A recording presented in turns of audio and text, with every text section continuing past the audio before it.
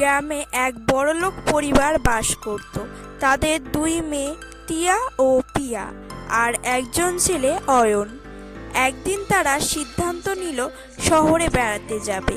মা বাবাকে জানিয়ে গাড়িতে চলল। পথ চলতে চলতে সন্ধ্যা নেমে এলো। হালকা অন্ধকার এবং রাস্তায় নীরবতা তাদের ভয় বাড়ালো। ছোট টিয়া ভয়ে কাঁপছিল। পিয়া তাকে সান্ত্বনা দিতে লাগলো। ভয় পাওয়ার কিছু। টিয়া তার মাকে ফোন করলো। মা জিজ্ঞাসা করলো, কেমন আছো, পৌঁছেছিস তো?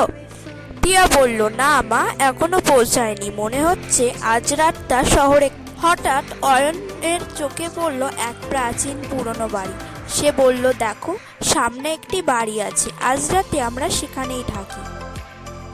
টিয়া ও পিয়া কিছুটা দ্বিধায় থাকলেও সন্ধ্যা হবায় তারা রাজি হলো। তারা বাড়ির গেট খুলল। অয়নের মনে হলো বাড়িটা অনেকদিন ধরে বন্ধ ছিল। তারা প্রবেশ করলো। হঠাৎ ওয়াচম্যানের চোখ লাল জ্বলতে লাগলো। সে ধীরে ধীরে অদৃশ্য হয়ে গেল। টিয়া, পিয়া, অয়ন বুঝতে পারল তারা যে বাড়িতে প্রবেশ করেছে সেটা শুধুই একটি ভুতুড়ে বাড়ি। তাদের ভয় আরো বেড়ে গেল। পিয়ার চোখে জল, টিয়ার হাত কাঁপছিল।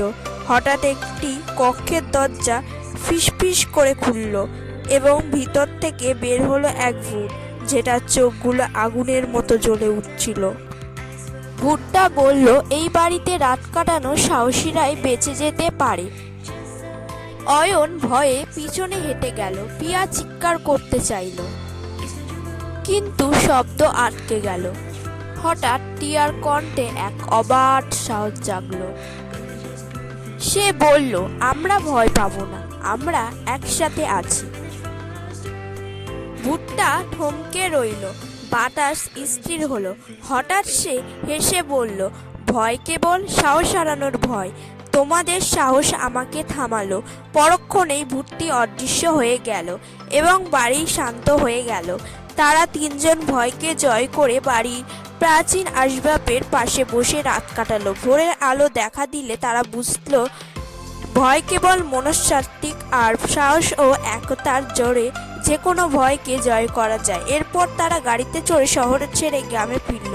এই অভিজ্ঞতা জীবনের এক স্মরণীয় অধ্যায় হয়ে থাকলো।